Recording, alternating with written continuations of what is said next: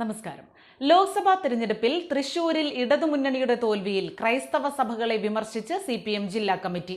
ക്രൈസ്തവ സഭകൾ BJPയെ പിന്തുണച്ചത് വിദേശ ഫണ്ടിന് വേണ്ടിയാണെന്ന് ജില്ലാ കമ്മിറ്റി വിമർശിച്ചു. വിദേശ ഫണ്ട് സ്വീകരിക്കുന്നതിലുള്ള വിലക്ക് നീക്കാമെന്ന് ധാരണയുണ്ടാക്കിയെന്നും വിലക്ക് പിൻവലിക്കുന്നതിനു വേണ്ടി തൃശൂർ സീറ്റ് BJPക്ക് നൽകുകയായിരുന്നുവെന്നും ജില്ലാ കമ്മിറ്റി ആരോപിച്ചു.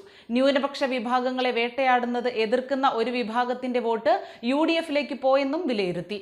LDFിനെ തീർത്തും കൈയൊഴിയുന്ന സമീപനമാണ് ക്രൈസ്തവ സഭകളുടെ ഭാഗത്തു നിന്നുണ്ടായതെന്നും മുസ്ലിം ന്യൂനപക്ഷ വോട്ടുകൾ LDFിന് അനുകൂലമായില്ലെന്നും വിലയിരുത്തി. മണിപ്പൂർ ഉൾപ്പെടെയുള്ള വിഷയങ്ങൾ തൃശൂരിൽ ഏശിയില്ല. കേന്ദ്രത്തിൽ ഇടതുപക്ഷ MP എത്തിയതുകൊണ്ട് വലിയ കാര്യമില്ല എന്ന പൊതുബോധം മുസ്ലിം ന്യൂനപക്ഷ വോട്ടുകളിൽ ഉണ്ടായി. അത് UDFിന് അനുകൂലമായി. ഇതുകൊണ്ടാണ് ഗുരുവായൂർ മണ്ഡലത്തിൽ K മുരളീധരൻ ഒന്നാമതെത്തിയതെന്ന് ജില്ലാ കമ്മിറ്റി യോഗത്തിൽ വിലയിരുത്തലുണ്ടായി. വിദേശ ഫണ്ട് സ്വീകരിക്കുന്നതിൽ ക്രൈസ്തവ സഭകൾക്ക് കേന്ദ്ര സർക്കാർ വിലക്കേർപ്പെടുത്തിയിരുന്നു. അതേസമയം കരുവന്നൂർ കേസിൽ നിന്ന് തലയൂരാനുള്ള ശ്രമത്തിന്റെ ഭാഗമായാണ് തൃശൂരിൽ BJPക്ക് CPM വോട്ട് ചോർത്തിക്കൊടുത്തതെന്ന് കോൺഗ്രസ് സ്ഥാനാർത്ഥിയായിരുന്ന K മുരളീധരൻ പറഞ്ഞു. CPI എതിർത്തിട്ടും ED അന്വേഷണം നേരിടുന്ന MK കണ്ണനെ ചെയർമാനാക്കിയാണ് CPM തിരഞ്ഞെടുപ്പിനെ നേരിട്ടത്. CPMന്റെ ബൂത്ത് ലെവൽ ഉദ്യോഗസ്ഥർ 56,000 വോട്ട് BJPക്ക് ചോർത്തിക്കൊടുത്തു. ഒരു ഭാഗത്ത് BJPയെ കുറ്റം പറയുകയും മറുഭാഗത്ത് BJPയെ സഹായിക്കുകയും ചെയ്യുന്ന പ്രവണതയാണ് മുഖ്യമന്ത്രിയുടേതെന്നും മുരളീധരൻ പറഞ്ഞു. പിണറായി വിജയൻ തെറ്റിൽ നിന്ന് തെറ്റിലേക്ക് പോവുകയാണ്.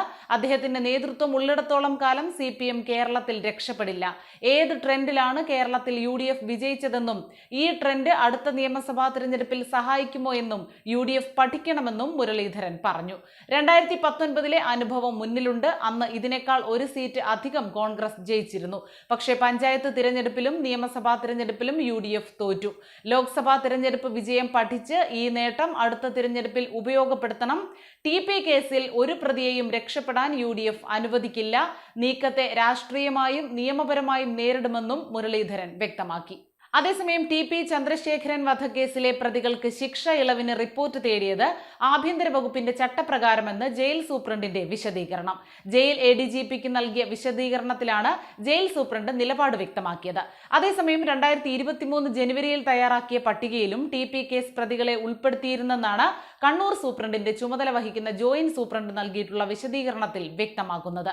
ഇതുപ്രകാരം ജയിൽ മേധാവിയുടെ മുന്നിൽ നേരത്തെ എത്തിയ പട്ടികയിലും TP കേസ് പ്രതികളുടെ പേരുണ്ടായിരുന്നു. ശിക്ഷ ഇളവ് നൽകാനായി 188 തടവുകാരുടെ പട്ടിക തയ്യാറാക്കി. 2022 നവംബറിൽ സംസ്ഥാന സർക്കാർ ഇറക്കിയ മാനദണ്ഡ പ്രകാരമാണ് TP കേസ് പ്രതികളെയും പട്ടികയിൽ ഉൾപ്പെടുത്തിയത്. ഇതിന്റെ അടിസ്ഥാനത്തിൽ പോലീസിൽ നിന്ന് റിപ്പോർട്ട് തേടി. 188 പേരുടെയും വിടുതൽ സംബന്ധിച്ചും പോലീസിന്റെ റിപ്പോർട്ട് തേടിയിട്ടുണ്ട്. ഈ റിപ്പോർട്ട് പരിശോധിച്ച ശേഷമാണ് ഒഴിവാക്കൽ നടക്കുന്നതെന്നും ജയിൽ മേധാവിക്ക് നൽകിയ വിശദീകരണത്തിൽ സൂപ്രണ്ട് പറയുന്നു. അതേസമയം TP കേസ് പ്രതികൾക്ക് ഇളവ് നൽകിയില്ലെന്ന് ജയിൽ മേധാവി ADGP ബൽറാം കുമാർ ഉപാധ്യായ പറഞ്ഞു. ആസാദി കാ അമൃത് മഹോത്സവത്തിന്റെ ഭാഗമായി 10 വർഷം തടവ് പൂർത്തിയാക്കിയവർക്ക് ഇളവ് നൽകുന്നതിനുള്ള കേന്ദ്ര നിർദ്ദേശമുണ്ടായിരുന്നു. ഇതുപ്രകാരം 10 വർഷത്തിലധികമായവരുടെ പട്ടിക തയ്യാറാക്കിയതാണ്. ഇതിൽ TP കേസിലെ പ്രതികളുടെയും പേരുകൾ ഉൾപ്പെട്ടു. ഇവർക്ക് 20 വർഷം വരെ ശിക്ഷയിളവ് പാടില്ല എന്ന കോടതി ഉത്തരവിന്റെ അടിസ്ഥാനത്തിൽ ഈ പേരുകൾ ഒഴിവാക്കിയെന്നും ജയിൽ മേധാവി പറഞ്ഞു.